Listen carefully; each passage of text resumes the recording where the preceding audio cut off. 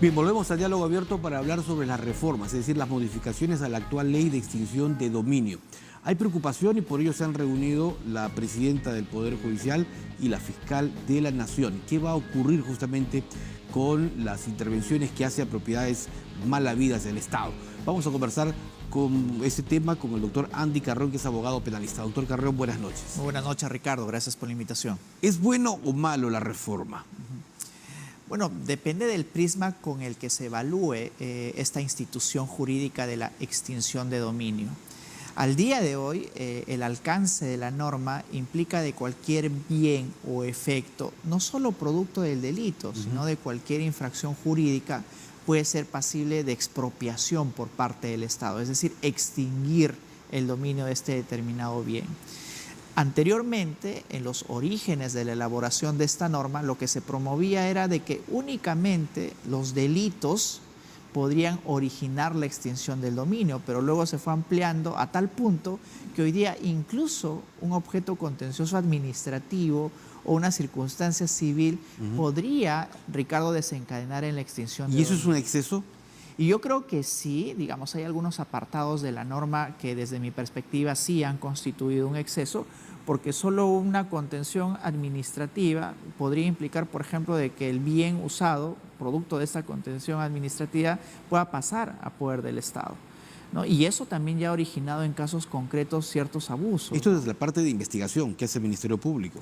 Bueno, existe una fiscalía especializada de extinción de dominio, ¿no? Y esa es la fiscalía que precisamente se encarga, dentro de un procedimiento casi civil, primero de elaborar una indagación previa que ni siquiera es notificado al eventual afectado, en la cual recaba evidencia si es que el bien procede o no, no solo de un delito, sino eventualmente incluso de una infracción administrativa o civil. Luego de ello, lo que hace la Fiscalía es notificar recién después de esa investigación al afectado para que pueda realizar sus descargos y posteriormente el juez es ya quien decide si en efecto procede o no la extinción de dominio. Ahora, dentro de las reformas que se está postulando desde el Congreso de la República, lo que se promueve es de que más bien se limite un poco más la aplicación de la extinción de dominio y ya no abarque objetos, por ejemplo, contencioso administrativos o civiles, sino que siempre la extinción de dominio se concentre en bienes que proceden de una investigación penal, que fue originalmente así concebida. Y han habido casos concretos en los que incluso la persona, por ejemplo, cuando falleció, pues siguió las investigaciones por extinción de dominio. El caso de Alan García es uno de los más paradigmáticos, porque después incluso de fallecido y ya supuestamente no haber un objeto de investigación penal, más bien se llevó la investigación adelante, pero ya en el área de extinción de dominio.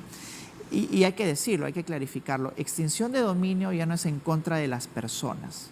Ya no se investiga a las personas naturales como tal, ni a las personas jurídicas, sino que únicamente se afecta a los bienes, al patrimonio. Y lo que busca el Estado es identificar si en efecto tienen alguna procedencia ilícita para que ésta pase a posesión del Estado. En el caso de Alan García decía era paradigmático porque después de fallecido, toda su familia incluso estuvo incursa en que esta eventual afectación al patrimonio, porque se sospechaba, y hasta el día de hoy viene investigándose, de que algunos de los bienes que ostentaba Alan García tenían una procedencia ilícita. Pero aquí todavía estamos en el ámbito del derecho penal, pero es un ejemplo concreto. ¿Usted no cree entonces, como quienes defienden esta norma, que los cambios beneficiarían o perjudicarían la lucha contra la corrupción? Mira, eso yo creo que depende más bien no de la institución, sino más bien de aquellos que son aplicadores del derecho. Por ejemplo, los fiscales, ¿no? Así como la ley de crimen organizado, cuando está bien aplicado, pues no pueden haber abusos, pero en nuestro país el propio ex coordinador de las fiscalías contra el crimen organizado, Chávez Cotrina, reconoció que a casi todo lo calificaban como organización criminal, pero la institución por sí sí es funcional. En el caso de extinción de dominio, Ricardo, yo creo que si los fiscales lo hubieran aplicado de manera adecuada y los jueces también al momento de resolver, pues no habría habido ninguna dificultad al momento de reconocer lo valioso de esta institución de extinción de dominio. El problema es de que a veces los congresistas creen que o eliminar una institución o recortarla favorecería una aplicación más razonable. Yo creo que no es así, ¿no?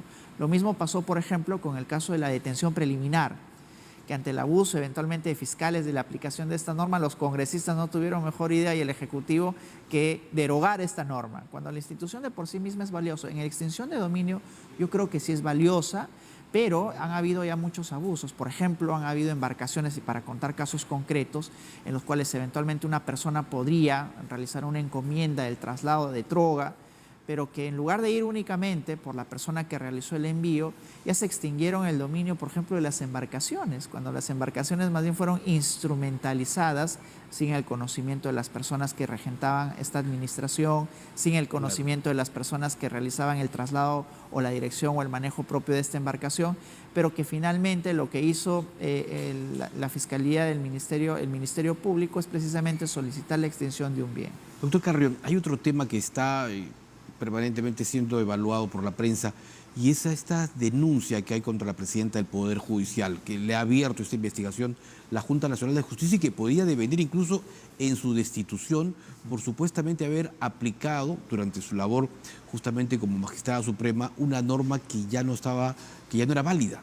Sí. Ya no estaba vigente. Mira, yo diría paradigmático, porque se supone que los jueces son los que primero para resolver tienen que tener como primer punto de referencia la norma aplicable al caso en concreto, si la norma está vigente o no está vigente.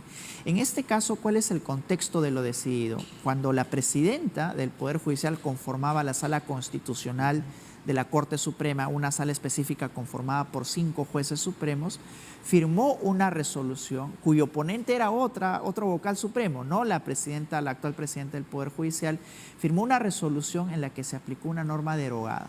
Pero hay que decir que ponente es el que elabora el informe. El ponente, sí, y eso hay que explicarlo, ¿no? Dentro de los 5 jueces supremos, exacto, dentro de los 5 jueces supremos siempre se selecciona a uno de ellos que elabora la ponencia, es decir, que estudia el caso minuciosamente y que propone un sentido decisional a los otros jueces.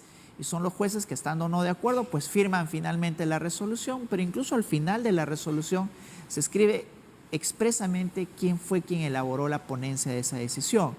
Y dentro de un tema de proporcionalidad de la responsabilidad de Ricardo, tendríamos que decir que el ponente, quien elabora, quien ha aplicado, ha citado mal la norma, una norma derogada, pues es el responsable en rigor de ello. Los otros jueces tendrían sí responsabilidad por haber firmado sin seguir el procedimiento de debida diligencia, pero que no fueron los autores reales de la decisión final. Y esto incluso podría conllevar a una investigación por el delito de prevaricato, porque el prevaricato señala de manera expresa que un juez o un fiscal no pueden aplicar una norma distinta a las vigentes, es decir, una norma derogada. Ahora, siempre cuando existen este tipo de infracciones por parte de los funcionarios públicos, existe también cierto oportunismo para realizar este tipo de denuncias, ¿no?, en contra de la presidenta del Poder Judicial, que durante los últimos tiempos ha sido como una especie de barrera de contención a las medidas populistas que ha tomado el Congreso o incluso el Poder Ejecutivo. Es por eso que, digamos, se sospecha de que estén ahora incursas no solamente la presidenta del Poder Judicial en estas investigaciones administrativas, sino incluso la fiscal de la Nación, Delia Espinosa, ante la Junta Nacional de Justicia, y esto es lo grave, que podría eventualmente, como resultado de la investigación administrativa, desencadenar en la eventual destitución de no solamente la presidenta del Poder Judicial, sino incluso de la fiscal de la Nación. Correcto. Doctor Carrión, muchísimas gracias. Gracias muy a amable. ustedes, El tiempo nos gana. Ricardo. Muy amable. Nos vamos.